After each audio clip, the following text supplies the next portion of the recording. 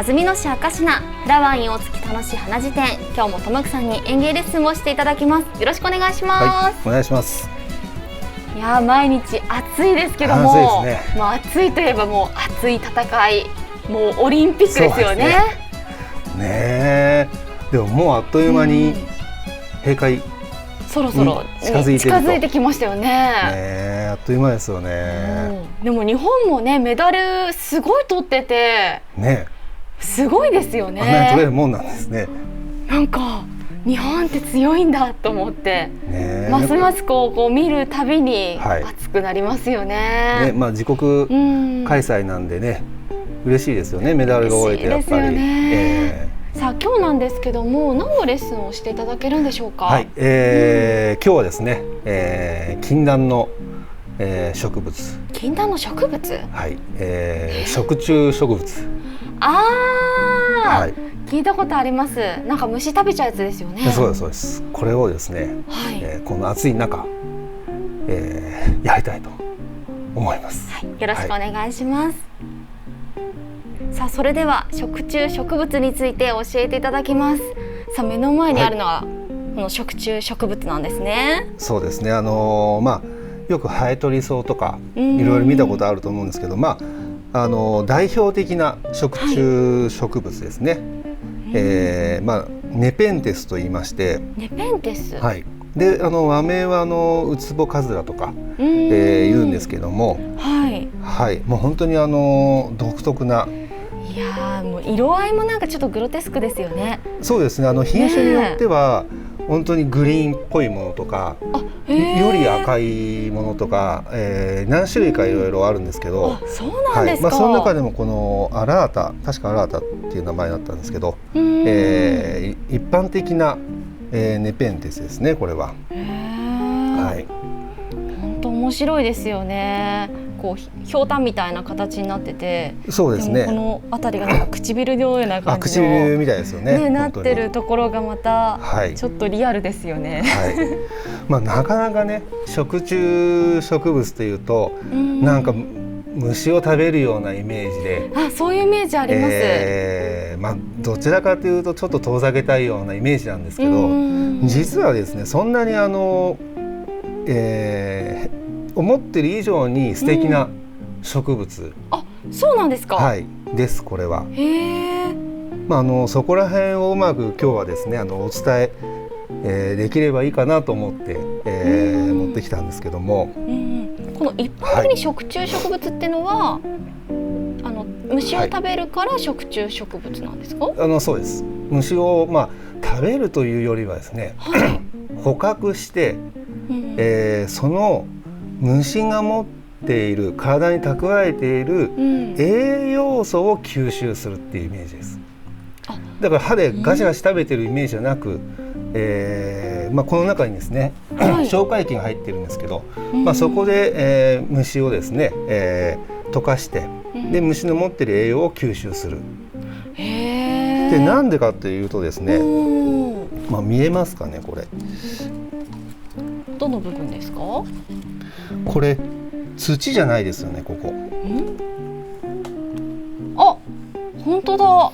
水苔ですよね、これ。水苔です。でよくこの変な、壺がないとして、遠目でよくこれ見てみてください。なんとなく花が終わった卵系の植物に似てないですか。言われてみたらそうですね。同じなんです。同じなんですか。卵ではないんですけど、土の中に、植わってる植物じゃなくて、自分の根は空気中に出てるんです。で、生息してると。で、この、ネペンテスが、生息している場所はですね、水しかないんです。周りに自分が、根を下ろす土がなかったんです。そうなんですか。そうなんです。だから水分はたくさんあったけども土がない。で、土の中から、植物が、こう吸収する、成長のために必要な窒素、リン酸、カリという栄養素が自分の根から吸収できない。なので長年考えて虫を捕獲して、虫が生きていくために持っている栄養素を、消化液の中で溶かして吸収しようという、なるほど。その結晶がこの壺なんです。そうやって考えたらなんか悪い感じに思えないですね。生きるためにそうなんです。編み出した方法が虫の栄養素を自分に取り込んで、いただく。そうなんです。だからむやみに虫を取ってるわけじゃないんです。あ、そうなんですか。自分の栄養のために取ってるということなんですね。そうやって考えると私たちもね、お肉ですとかお魚とかいただきますけど、それとね全く同じです。一緒ってことですよね。ね、虫はなかなか、昆虫嫌いって、虫嫌いの人もたくさんいますので、そうですよね。要はあれですよ。落とし穴作って牛を引っ掛けて後で肉切って焼いてるようなもんなんです。この植物がやってるのはそうですね。だから食虫植物って聞いただけで毛嫌いしないでいただきたいと。そうですね、生きるためにやっていることなんです。でどうやって、虫をおびき寄せてるかということなんですけども、それすごい気になります。ホイホイ勝手に来るわけでもないですよね。でもなんとなくこう飛んでてスポッと入っちゃったってこれもないですよね。普通に考えて、普通にそこまで虫バカじゃないと思いますよね。そうですよね。でも匂いとか、私の鼻ではちょっとわからないです。匂いしな感じしますけど。いいですね。それとその延長線なんです。その延長線上？延長線です。どういうことですか？この、虫取りのこのカゴですね。このカゴの、これねものすごいよくできてるんです。本当はね切りたいぐらいなんですけど、このネペンテスがよくお店で売られているとですね、金額が高いと思うんですけど、なかなかねこの壺ぐらいにこのカゴぐらい、虫取りカゴぐらいに大きくなってこないみたいで、非常にここまで育てるのに年月がかかると。そうなんですか。いうことで少しお値段が張るということなんですが、このカゴがねすごいんですよ。このカゴに秘密があるんですね。完全にもう虫取りカゴじゃないですか。蓋がついてて。そうですね。でまず虫をおびき寄せるためにここですね。ここから蜜出すんです。ここから蜜を出すんです。ベタベタしてんのかな。ここら辺も出るんですかね。でここちょっと触ってみてください。めっちゃツルツルしてる。ツルツルしてます。で、虫がその蜜に吸い寄せられて、蜂入りますからね。蜂入るんですか？蜂入りますからここに。じゃあそれだけ魅力的な蜜を出してるってことですよね。クマンバチも入るって言われてるんで。クマンバチも入る。でここに蜜の、匂いに引き寄せられて、ここら辺に来るわけですよ。で実際に中入っていく映像なかなか、実際に見るのは難しいと思うんですけど、ここをこう歩いてると蜜をこう匂い嗅ぎながら吸いながらかもしれないですけど、こう見てると、裏側の方がもっと蜜が出てて裏側にこう吸うんです。でそこでつるって簡単に入っちゃうんです。ここによくガラスに虫とか止まってるじゃないですか。止まれるぐらい滑りにくい昆虫って滑りにくいんだろうなと思うんですけど、それでもこうつるって中入っちゃうんです。で中入ると、この形状を見てもらうとですね、ここが細くてここが大きいじゃないですか。広いとこからこっちに抜けづらいみたいで。そうなんですか。で産毛が全部下向いてるんです。なるほど。じゃあ這い上がろうとするとその産毛が邪魔をして逆になるんです。そうです。なかなかよじ登ってこれないっていう仕組みなんですね。で、品種によってはその消化液が中でねっとりしてて、脱出不可能になって溶けていくと。すごい仕組みですね。すごい賢いじゃないですか。そうなんです。でこれは栄養をうん吸収するための仕組みじゃないですか。うん、そうですね。はい、でっていうことを考えると、うんこの植物を管理していくにあたってうん絶対やっちゃいけないことが1個あるんです。やっちゃいけないこと？はい、あるんです。へーやっちゃいけないことは栄養を与えること。なんで？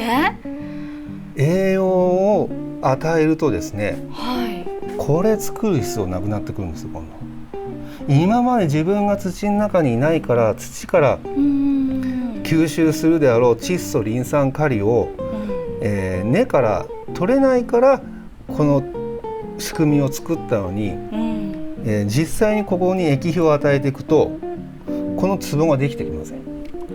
で大きくなったりします。そっか、必要なくなっちゃうんだ。そうなんです。はそういうことでですね、非常に、面白い、植物ですね。面白いですね。でも人間で育てる側から見ると栄養あげなくていい、肥料あげなくていいんだって思うと本当に楽ちんですね。そうなんです。楽ちんですけど、虫がいる場所じゃないと今度栄養を吸収できないので、なのでもう全部逆算すると、困った時にこの植物どうすればいいかが全部わかる。ってことはずっと室内で虫いない環境はダメ。で、虫がいるような屋外に、で育てた方が、いい株になっていくということですね。はい、あとですね、このどういう成長をしていくかというとですね、これ分かります？これ葉っぱの先にこう出てるじゃないですか。そう、私もちょっと気になってたんですよ。これとかすごい長いなと思って。でこの植物ってやっぱ本当にその本気で栄養ないから虫取りに行ってんなって思うのは、これ垂れ下がってると思うじゃないですか。違うんですよ。こっから起き上がってるんですよ。これわかります？普通ここはこっから垂れてるじゃないですか。じゃなくてこの植物は本気に栄養を取りに行ってるのでこうなるんです。これなんか枯れた後じゃないですからね。もしかしてこれからこのひょうたんみたいな形の壺ができるんですか？こっから起き上がって壺がだから壺の底に茎がついてるんですよ。面白いですね。面白いですよねこれ。で栄養を日々与えているとこれが膨らんでこない、これが伸びてこない。なるほど。そうなんです。なんでこのネペンデス家にあるんだけどこの壺ができてこないとか大きくならないっていう人はその栄養をやりすぎてるんじゃないかとか、一回栄養を与えてるんじゃないかっていうところを一回見直していただきたいですね。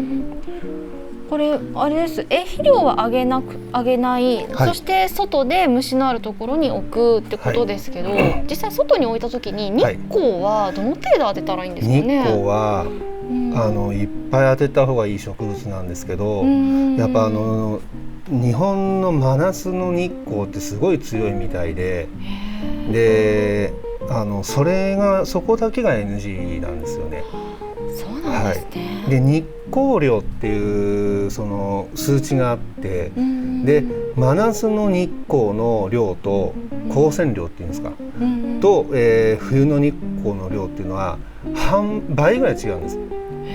で日本の冬ぐらいの日光のその光線量というかの量が一番ベストなので、真夏のちょっとそこら辺はレース越し、必殺のレース越しの方に移動してあげてあげればいいと思うんですけども、じゃあ夏場だけ強い日差しを避けてレース越しに入れてあげる、それ以外は屋外の日光をたくさん与えてあげるっていうのがいいんですかね。そうですね。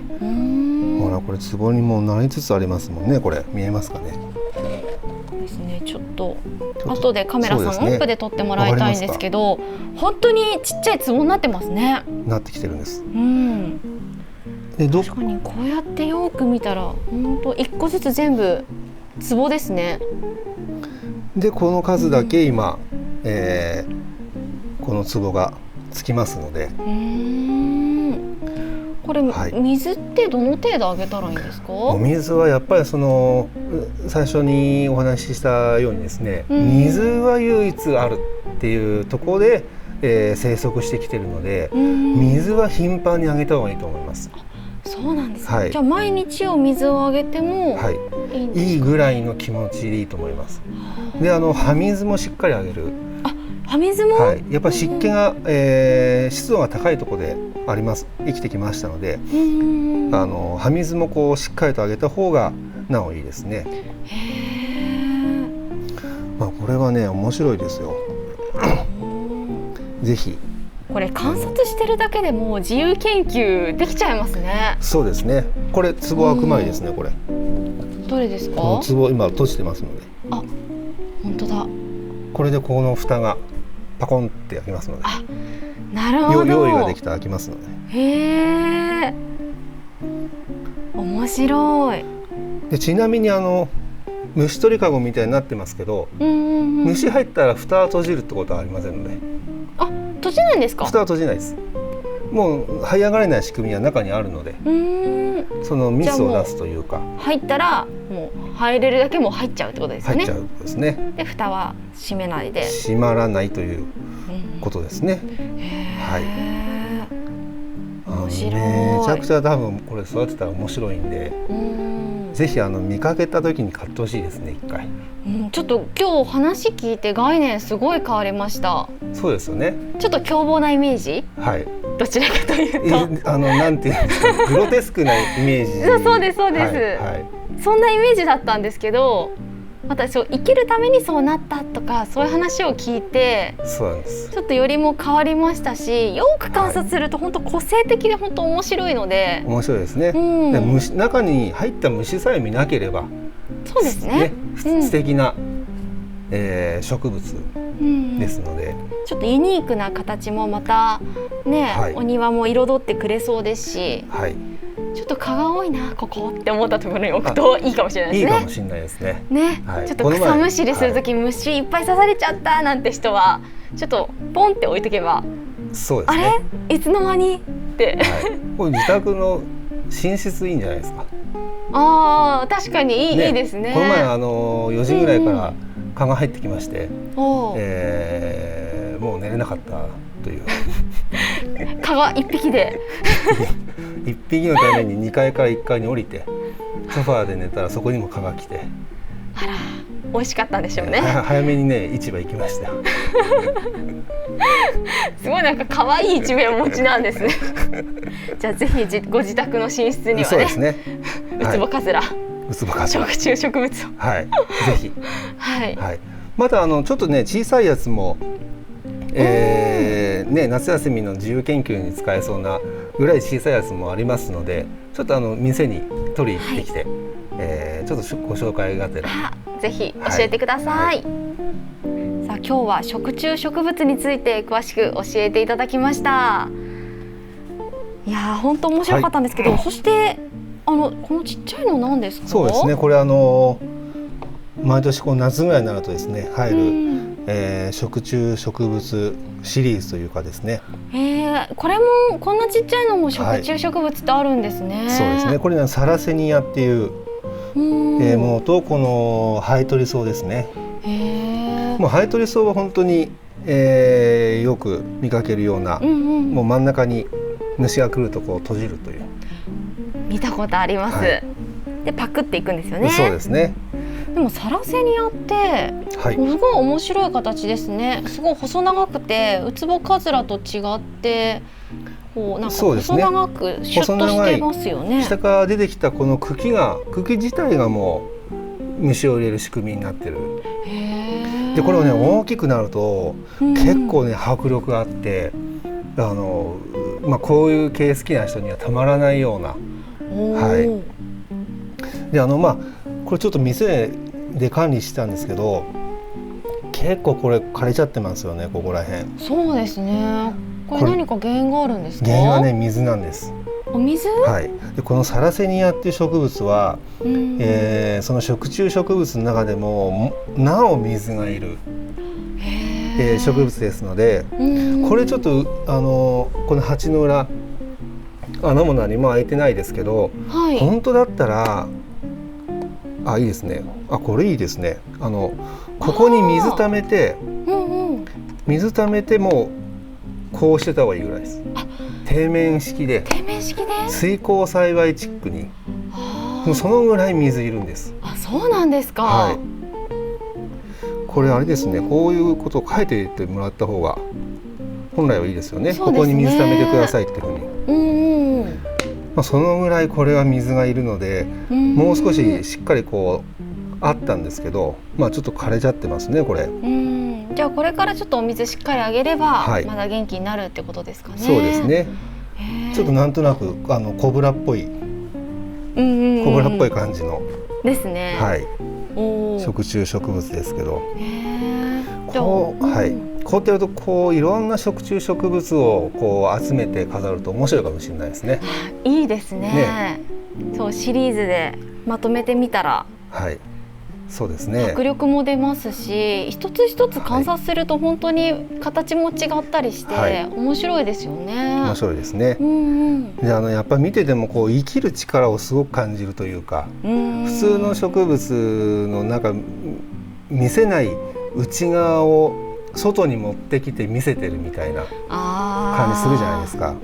そういうところは結構あれかもしれないですね。男受けがあって。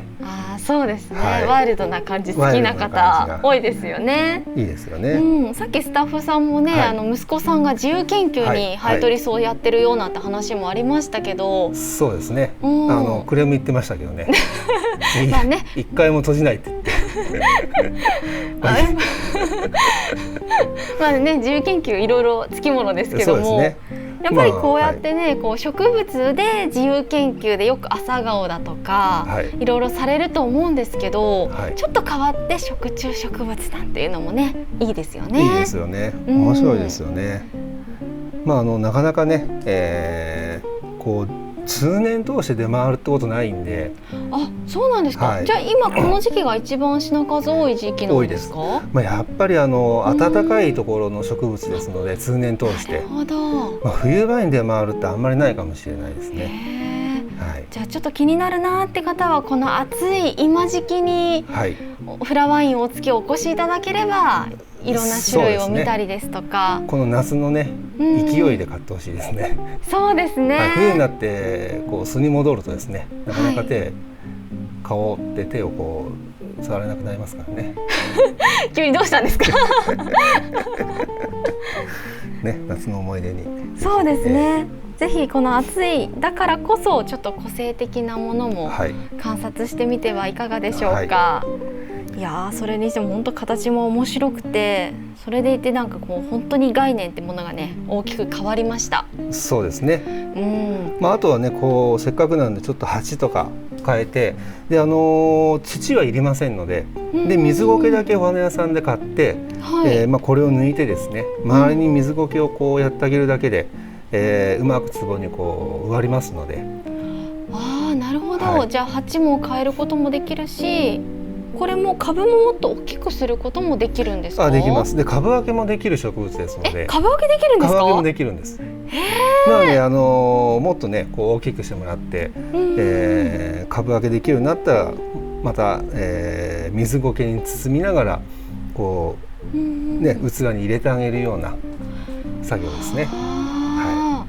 その株分けの時期ってこのぐらいがいいよとかあるんですかね。株分けは春から夏前ぐらいがいいじゃないですかね。じゃあ本格的に暑くなる前にじゃあ今買って、じゃあ1年後ぐらいに、ちょっと前ぐらいにやるといいってことですかね。やるといいと思いますね。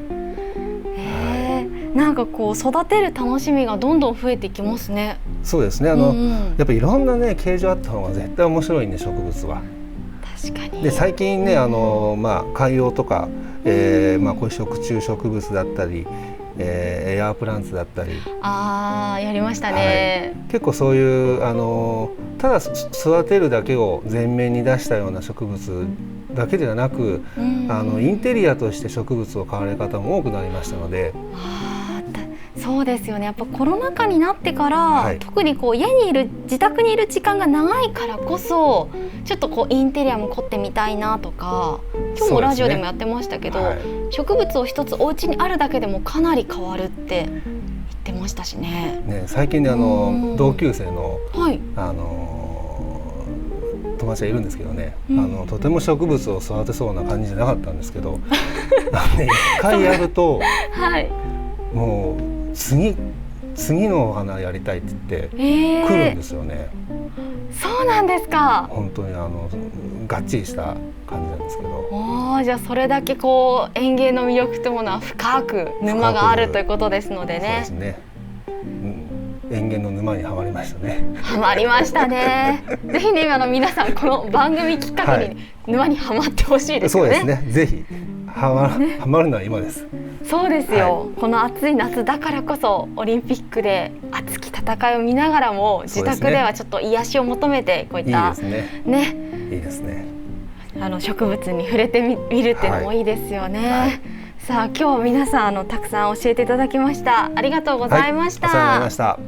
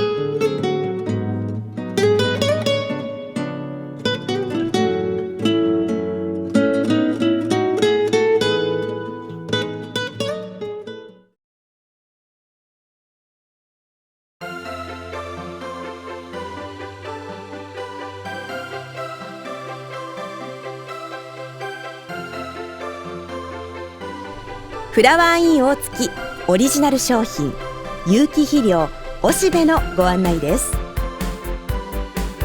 野菜やお花、植木などどんなものにも最適で肥料効果を実感できる当店人気の有機肥料がこのおしべです。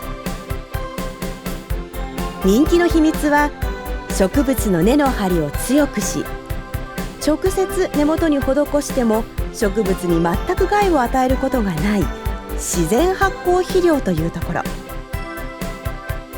では、なぜそれほど植物に有効な肥料かというと、この肥料が堆肥のみをベースにして10種類の微生物を注入しているからなのです。